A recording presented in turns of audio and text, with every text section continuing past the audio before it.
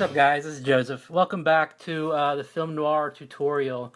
If you didn't see part one, go check that out now. I'll put a link in the show notes. But go check out part one where what did we do? Part one, we talked about the photo shoot for this film noir picture, and we went through the lighting, the direction with the model. We went through some of the photos that I took, and we figured out which ones that we wanted to use for our composite. And then we took those two photos and we did a black and white conversion, and we added some grittiness and some contrast to them. So now we're going to pick up where we left off last time, and today we're going to cover compositing and cutting out the subject. And then once that is done, we're going to clean up the image some with the clone stamp tool. So the next thing we need to do is get all these two images inside of Photoshop, and we can start compositing things together. So in order to bring these into Photoshop, if you hit G to go back to the group view inside of Lightroom, just click on one image that you want to bring in. Since I have these side by side, I can shift click on my second image to highlight both of these images. And then if you right click on either one, you can go down to Edit In. And this is where we can just open these photos straight up into Photoshop CC. If I choose the top one here, Edit in Adobe Photoshop CC 2015, that's going to open both the photos in two separate Photoshop files, which is not what I want. I want these photos to be opened up in the same Photoshop file. So in order to easily do that, I can just go down to Open as Layers in Photoshop. So if I select that, that's just going to open both of these up inside of the same Photoshop file, and it's just going to separate these two images into two different layers. Okay, so now that we're in Photoshop, I am going to hit F to go full screen. If I look at how it's sorted my layers here, it's got Carl on top here, and then it's got the window pattern below him. I actually want Carl to be the very bottom layer, just because I'm going to be using the most of that layer. And so whatever I'm using the most of, I'm going to have that as the bottom. And I'm just going to rename this as background, since this is my main layer. And then the shutters here, I'm going to rename that layer shutters. It's good to make sure that your layers are named well. It's just in case you want to come back later and tweak a photo. If you have all your layers named appropriately, then it won't take you very long to figure out and remember what you were doing inside the photo. And it won't take you that long to tweak the image however you need to. So I've got these two layers. So the idea is I want this light pattern against the wall to be against the wall behind Carl. And so I actually want some of these lights here to be hidden by Carl's back and by the back of his head. So in order to do that, I'm gonna hide this shutters layer. In order to do that, I need to make a nice clean cutout of Carl's back and the back of his head, so that I can create a mask for the shutters, so it looks like the shutters are actually behind him. Sorry, the shutter layer is actually behind him. So in order to do that, I'm going to use the pen tool. If you're not familiar with the pen tool is it just allows you to create a series of anchor points like this, and so you can follow along the edge of whatever you're trying to cut out, and you can create a path. Once your path is created, you can close it by clicking on the very first anchor point you chose. So like if I back up a step, to close this path, I just click on the very first anchor point, and then if you right click and go down to make selection and hit OK, you can then turn this into a selection.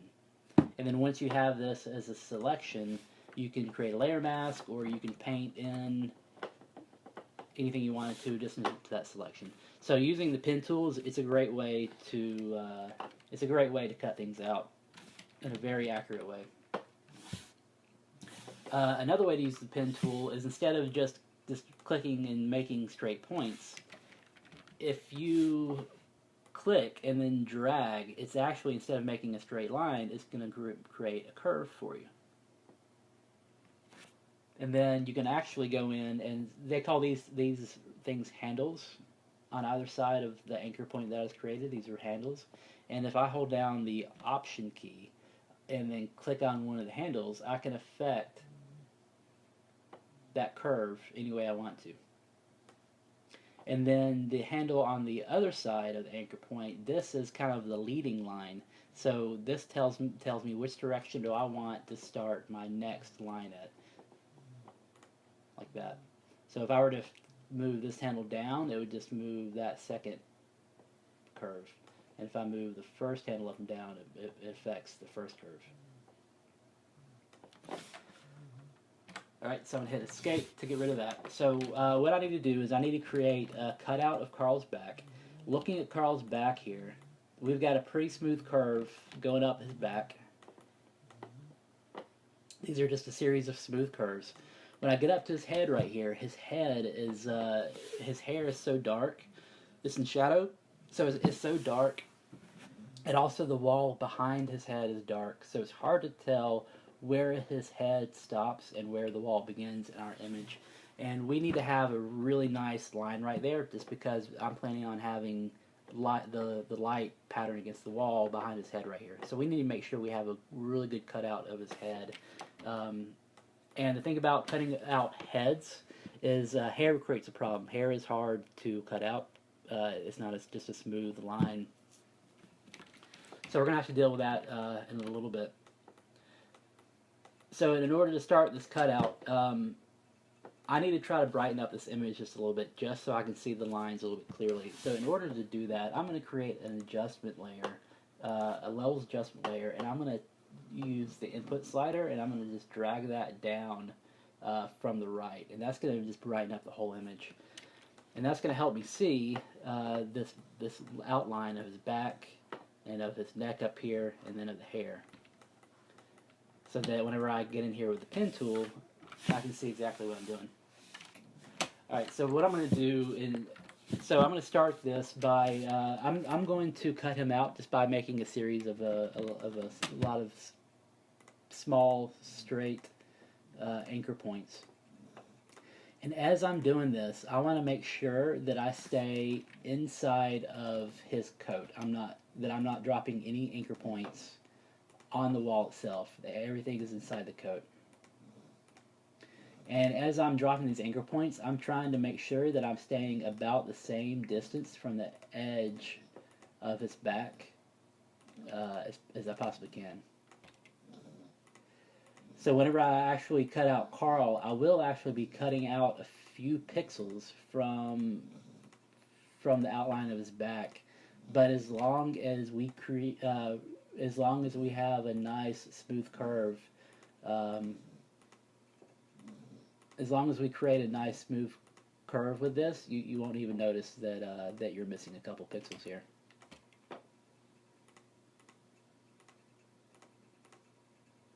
So now we're getting into a part of the image where it's hard to really see where the background is. As I was dropping these anchors, it looks like I dropped a couple of them into the area where the wall is. So what I want to do is I just want to move these two anchor points. If you want to remove an anchor point, you can hold down the Option key and then just click and drag any of these anchor points, and you can reposition where that one anchor point is. So I'm just going to click these and try to reshape it.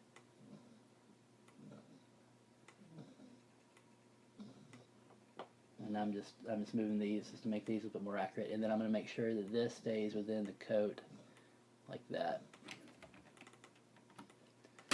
Alright, and then here is his shirt collar, and then I think that's part of the shirt, and then now we're into hair. So hair, I mentioned that hair is complicated. I'm not going to be able to cut out his hair in a good way using the pen tool.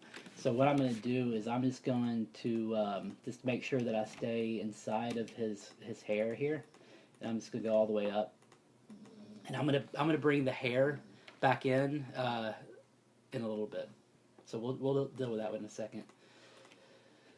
And then I'm at the point up here at the top where the light pattern isn't going to reach this far, so I don't really need to worry about cutting anything else up here. But I do want to make sure that whenever I drop in my light pattern layer, it's not going to affect anything else in the photo. So I just want to make sure that the rest of this photo is all going to be included in my cutout. And then I just clicked around, and then I clicked inside of the very first anchor point I created, which means I have closed this loop. And so if I right click in a minute, I'll be able to turn this into a selection. One other thing we need to pay attention to is we need to pay attention to how crisp of a line is his back here. And what I mean by that is if you're shooting something with a shallow depth of field, if you're shooting it at a high aperture, then you're going to have your images are going to be pretty crisp. There's not going to be too much this blurry.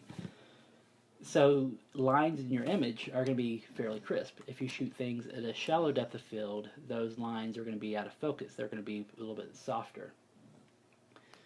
So whenever we create our cutout, we want to make sure that our cutout has the same crispness on the edge that his back does right here in the actual photo. So if I back out a little bit, this edge right here looks like it's pretty crisp. It's not too soft. It looks like maybe there is a bit of a little bit. There might be a little bit of a feathering going on. It looks like maybe it starts here and ends here. So there might be a feathering of about 4 or 5 of these little pixels here. And then if I look, it looks like the crispness and the feathering is about the same throughout his back. So we want to make sure that we match the edge of our selection to look like it's about the same feathering as his back. So when I right click here, and if I go to make selection, I can enter the feather radius that I want for this. And I said that it looks like it was about 4 or 5 pixels, so I'm just going to enter 4 here. 4 pixels. And I'm going to hit enter, and then I'm creating a selection out of that path that I created with the pen tool. So I don't need this levels dialog, I don't need this levels adjustment layer anymore, so I'm going to hide that. And this is going to bring the photo back down to the luminosity level that I wanted. And then what I need to do is I need to turn this selection that I just created, I need to turn that into a layer mask for my shutters. And so in order to do that, I'm going to select my shutters layer. I'm going to make sure that's visible again. And then I'm just going to hit the layer mask button right here, and it's going to turn that selection to a layer mask. So if you look, what happened is it actually dropped the shutters inside of the Carl selection here, which is not what I wanted to do. I wanted to drop it behind Carl. I'm going to show you what my layer mask looks like real quick. If you're not familiar with layer masks, a layer mask is a way that you can hide or show something that's in a certain layer. The layer masks works by anything that's white is going to show what's on that layer. Anything that you paint in black in your layer mask is going to hide what's on that layer. So on this layer right here, here's the outline of Carl's back. All of this that's white right here is going to hide what's on the shutters layer, and then anything that's anything that's white is going to show what's on the shutters layer, and then anything that's black is going to hide it. Well, since I actually want to show what's up top, and I want to hide all this in the bottom, I need to invert this mask, and I can do that really quickly just by hitting Command I. So Command I is just going to swap the blacks from the whites for you. So now, if you look, now that the light pattern is behind Carl where we want it to be. So if I hit the V key, and if I drag this around, I'm moving the shutters, but I'm also moving my layer mask with it. And I don't want to do that. I want to be able to move the shutters around and leave the layer mask where it was. So I'm going to hit the Command Z button again just to return that to where it was. And in order to separate the layer mask from the layer itself, all you got to do is, you see this little chain link icon between the layer mask and the layer itself? That just means that these two are linked. If you hover above that and you click, it removes that chain link, And what happens is now the layer mask is going to stay into place while you can move around. The layer mask is going to stay in place while you move around the layer with the shutters, with the shutter light pattern. So now I'm able to move this around, and I'm going to be able to make it bigger and smaller without affecting anything else in the photo. Alright, so what we want to do is we want to resize this light pattern so that it kind of fills this area in behind Carl.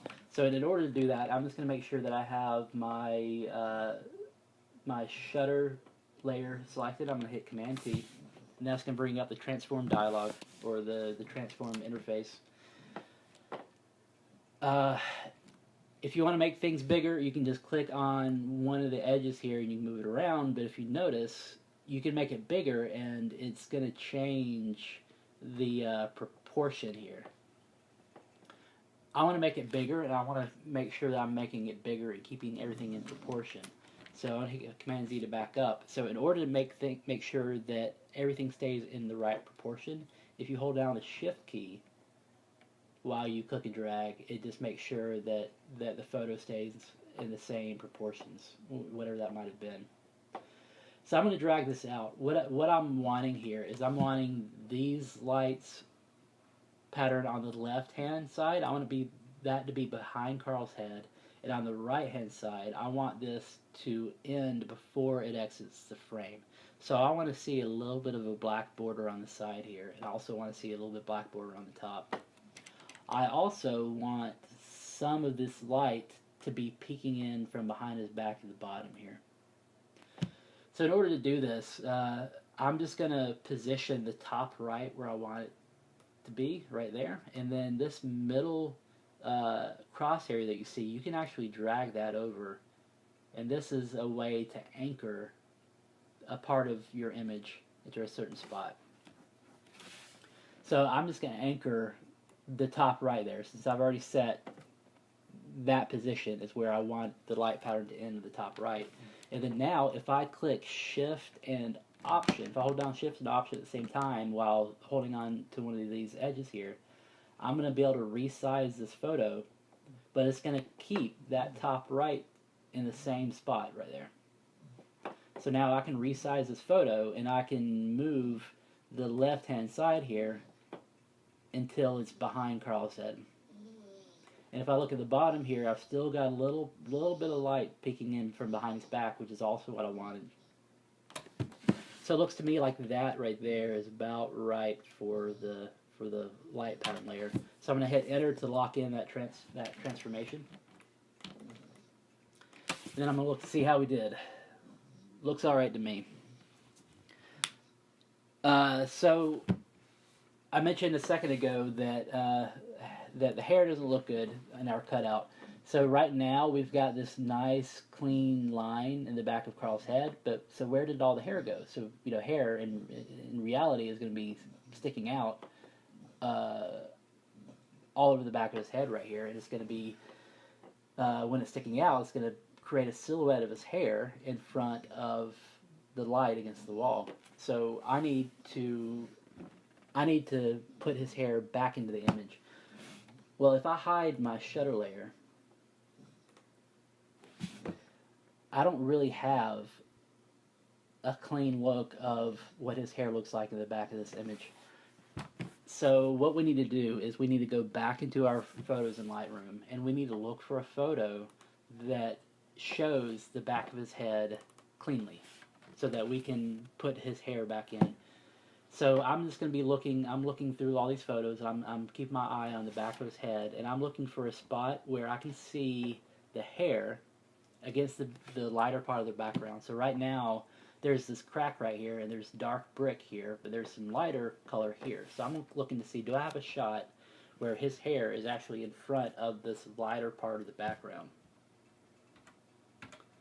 So there's one right there. So we can see his hair in front of the yellow background. If I keep going back, there's another one, there's another one, there's another one. That one's a little too far to the left. So this one's even brighter. So this one actually got in front of where the light was shining through the glass portion of the shutters. and we can really see the back of his head there. Alright, so this looks like it's probably the best bet. All I'm going to use this for is I'm going to use this as a mask to help paint in his hair where it should have been. And so if I'm creating a mask, all I want this to be pure black and pure white. So with that in mind, I'm going to go into the develop module, and I'm going to try to process this so that the lighter part of what I want would be the wall. It goes pure white, while his hair and his head goes pure black. So in order to do that, we need to make this super contrasty. So I'm going to go in. I'm just going to start off by saying I want a lot of contrast. I want that wall to go as bright as it can be. So I'm going to turn the exposure way up. I want his hair to be as dark as it can be, so I'm going to turn the blacks down. And so basically, if I make the darks darker and the whites whiter, it's going to start creating that contrast for me. So I'm going to drag the shadows down to make his hair darker. I'm going to drag the highlights up to make the wall brighter. I'm going to drag the whites up to make the wall brighter. That affected his hair a little bit too, so I'm not going to go too crazy with that. Contrast, drag that up. That's going to further separate the whites and the blacks. I'm going to hit the V key just to desaturate this. And now that looks pretty good. So it looks like I've got a pretty good mask to use here if I wanted to paint some hair back in. Let me drop the exposure just to make sure I'm not losing. Alright, so I'm losing a little bit of detail in the hair.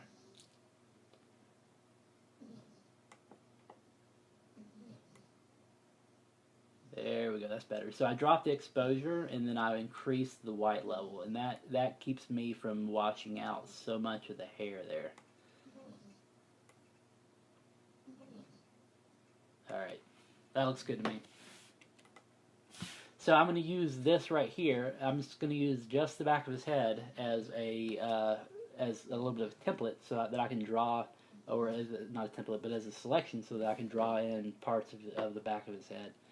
So since I only care about the back of his head, I'm going to hit R to crop in on this photo, and I'm just going to crop in just into the back of his head.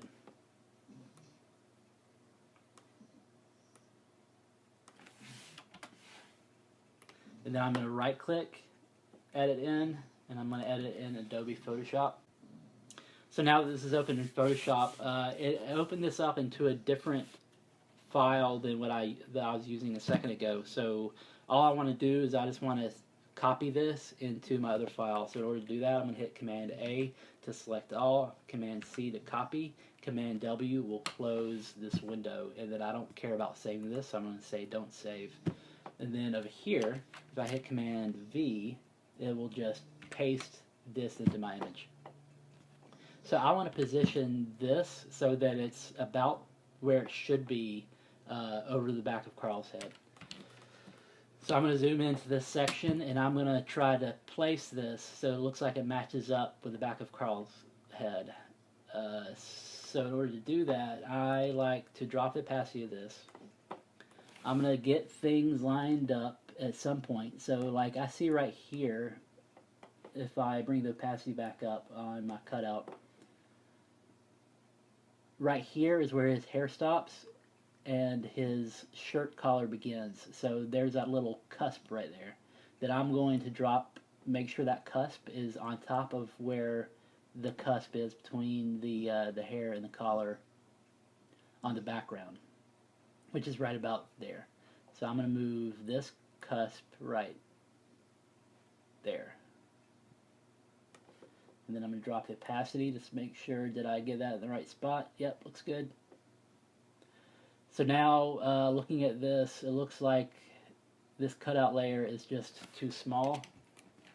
So I'm going to hit Command T. I'm going to make this bigger. Since I know that the cusp right here is lined up correctly, I'm going to draw my anchor point over that point. And then if I hold down Shift Option and drag out from one of the corners, I'm going to be able to resize this cutout, but that point for the cusp will stay where it should. So now if I drop the opacity of this, it'll help me see how I'm lining up with the back of his head. And right now it looks like this is in line, but the cutout is a little bit too far right of where the background layer is on for his head. So I need to just change the angle of this.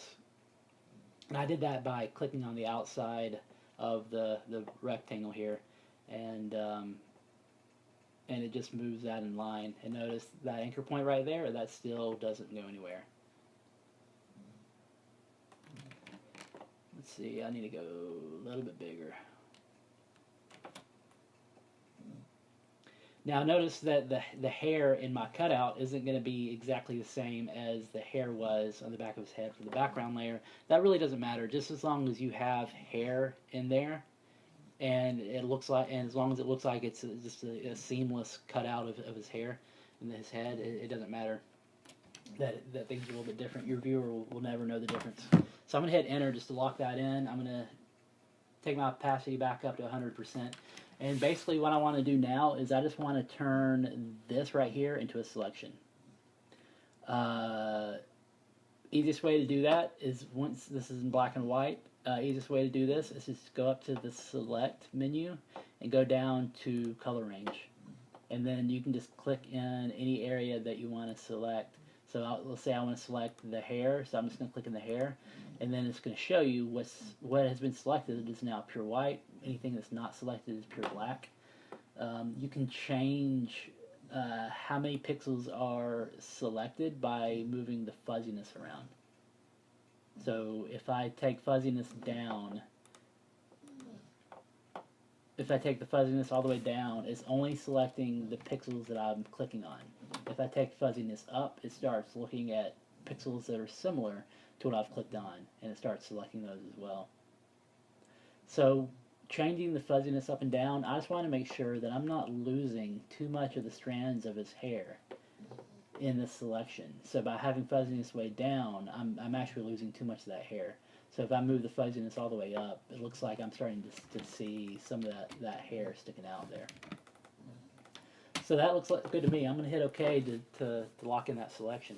And so what happened now is I've now got a selection of where hair could be.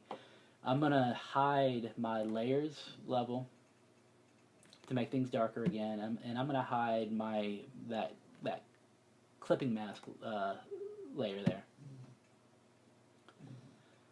And then what I want to do is I want to show hair right here, and then I want to show wall or the shutters layer right in here. So what I'm going to do is, if we look back into the layer mask, look how this lines up. The layer mask I created for the shutters layer, the back of his head stops here, but we actually want to extend it to here. Well, the back of his head and Carl's body was all painted in using black. So in order to create this new edge for his hair, I need to paint black in just inside of this selection. So in order to do that, I'm just going to I'm going to hit B to bring up the brush tool. And I'm going to make sure I have a very hard brush so that I'm not affecting too much outside of the radius of my brush. And I'm going to make sure that my flow and my opacity are at 100%. And then I'm just going to paint in black right here along the back of his head.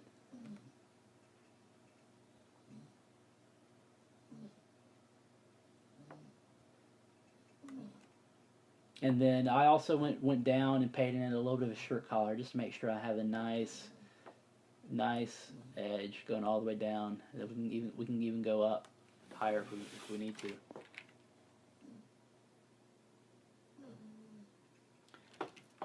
Alright, so now that we've painted in black there, we want to make sure that on the other side here that all of this is pure white. And so in order to select the other part of the image, we can invert this selection by hitting Shift-Command-I. And now we've selected, instead of selecting this part, we're now selecting over here in the white area. So now I'm going to paint white in on this other side, so I need to make sure that white is my foreground color. And I'm just going to paint white in down here just to make sure that this is all white. It's all white, mate.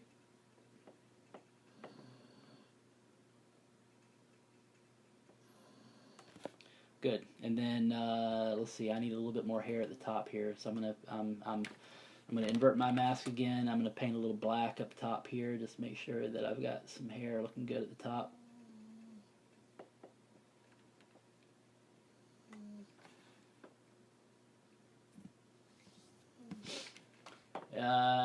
Speak of the devil, Carl just tagged me in a post.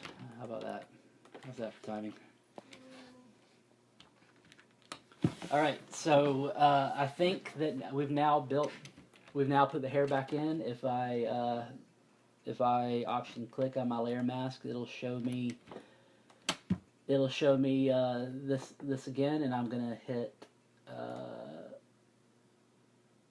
gonna turn this layer back on, and now we can see that it looks like we're seeing hair in front of the light pattern in the back of the wall here, which is what we wanted.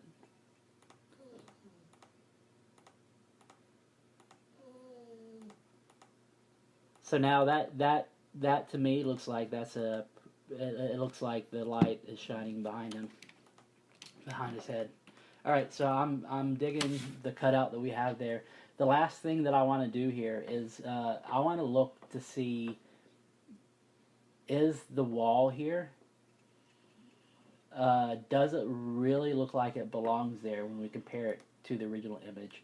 And if you look here, if you look where the sliver of light is hitting the wall, there's not a whole lot of texture in that wall.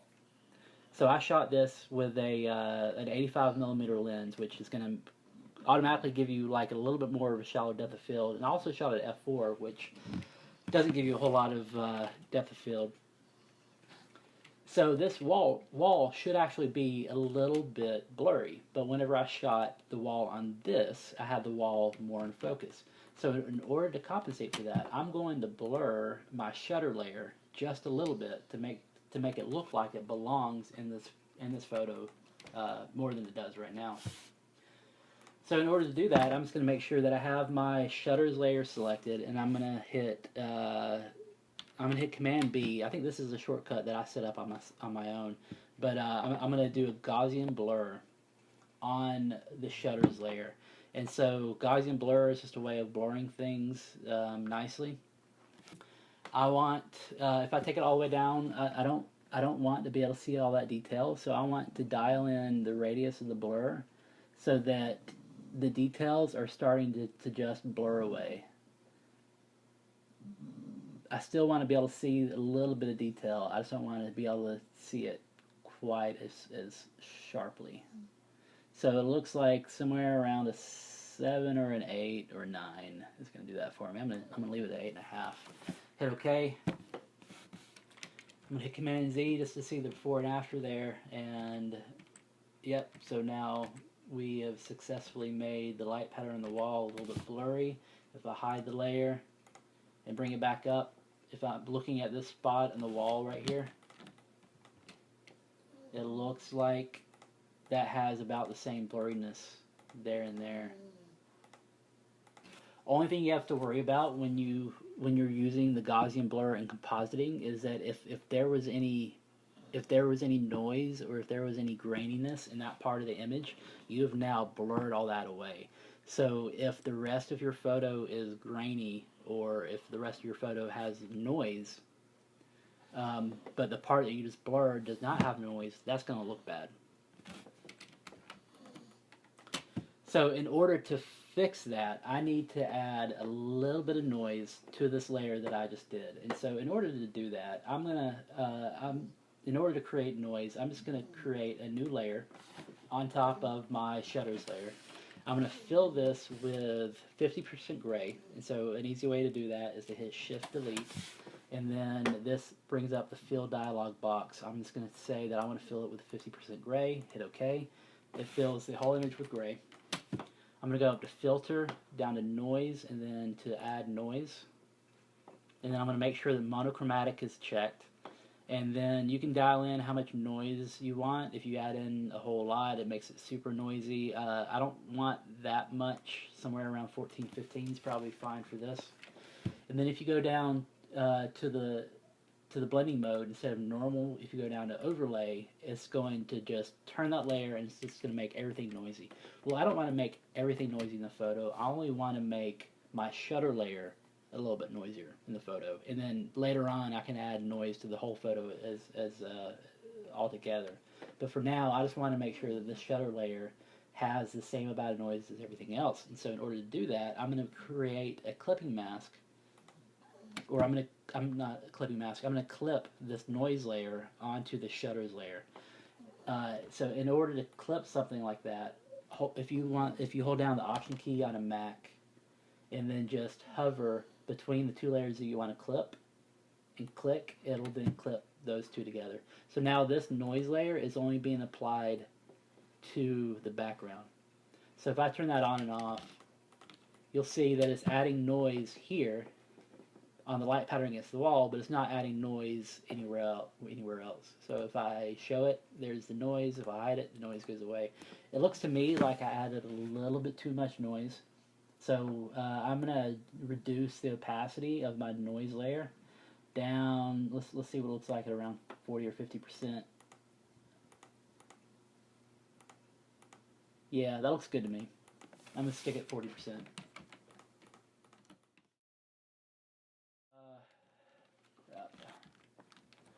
All right. So I'm gonna start cleaning up this image.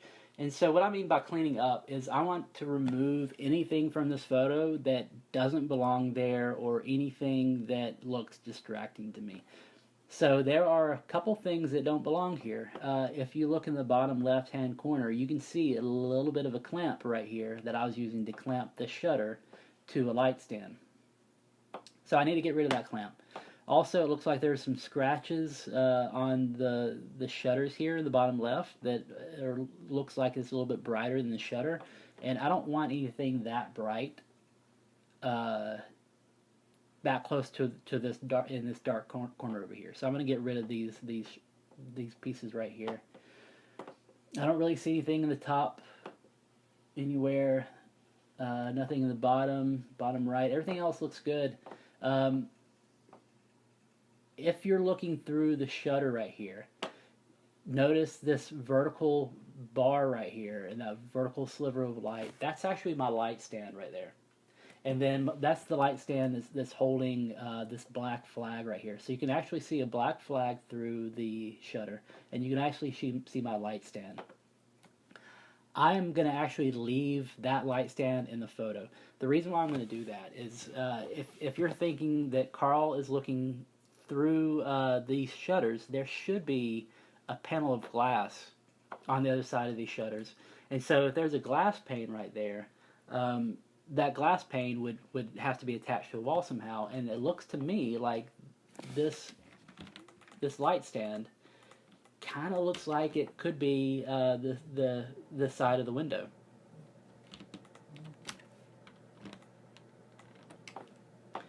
So to my eye, it looks like that this could be the piece of wood that's holding in the window pane, and then this right here, this middle sliver of light that's going up and down, that could be the edge of the glass pane itself.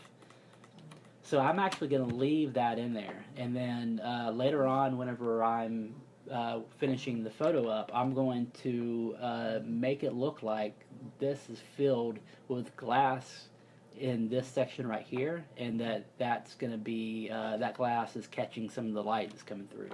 So I'm going to brighten in part of this through the photo, and I'm also going to leave this card in right here. That card is just going to create a little bit of texture. So maybe it's just maybe that's just the surface of the glass that's a little bit dirty, or maybe there's a wall on the outside of the window and you're seeing a little bit of texture from there. So I'm going to leave all that in there. So on this step right here of cleaning things up, in order to do that, I'm going to create a new layer. I'm going to create a new layer on top of these other layers, and I'm going to call this clone stamp, because I'm going to be using the clone stamp tool.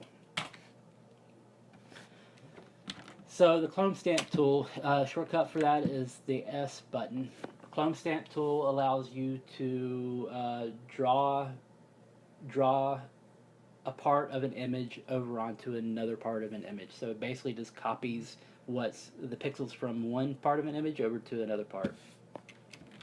So the part that we're copying from, that's called the source. And in order to select the source of your copy, if you can hold down the Option key and then just click wherever you want to set your source point. So I'm wanting to paint over this clamp right here on the bottom. And when I paint over it, I want to make sure that this edge of the shutter right here lines up perfectly. And also these vertical lines, I want to make sure that those all line up whenever I paint over the clamp. So in order to do that, I'm just going to select the edge of the shutter right here. I'm going to make sure that my cursor is right over that edge, and I just hit Option click right there. So that sets the source point. I'm going to change the size of my brush, and then I'm going to hover above the clamp down here, and you can see when you hover, it's actually showing you kind of a projection of what you're about to paint over it. So I'm going to make sure that that edge lines up perfectly with the edge below it, and then I'm just going to click and drag down, and it's just going to paint over the pixels there. So I covered up the clamp right there. I also need to cover up the clamp right here. So in order to do that, I'm going to select the pixels right here, and I'm going to paint it down to just below here. There we go. So now that clamp is gone. I also want to do the same thing with this right here. I want to get rid of the scratch right here. So I'm just selecting a little bit of what looks like a vertical line up here, and I'm going to copy that vertical line over the scratch. So that way I still have that same vertical line that was already going through the image. I've still got that in here. I just don't have the scratches in the image anymore. Alright, so that's gone. I don't see any other clamps in my photo. I don't see anything else that I need to remove.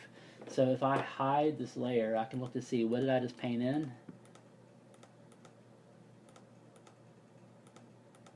So right here, it looks like what I painted in is a little bit brighter than what the background was before, especially right here. Whoops, didn't mean to do that. Especially right here, it's a little bit brighter. But you know what? I'm gonna end up darkening that part of the image later, so I'm not gonna worry about leaving about that being brighter right now. I'm just gonna leave that as it is.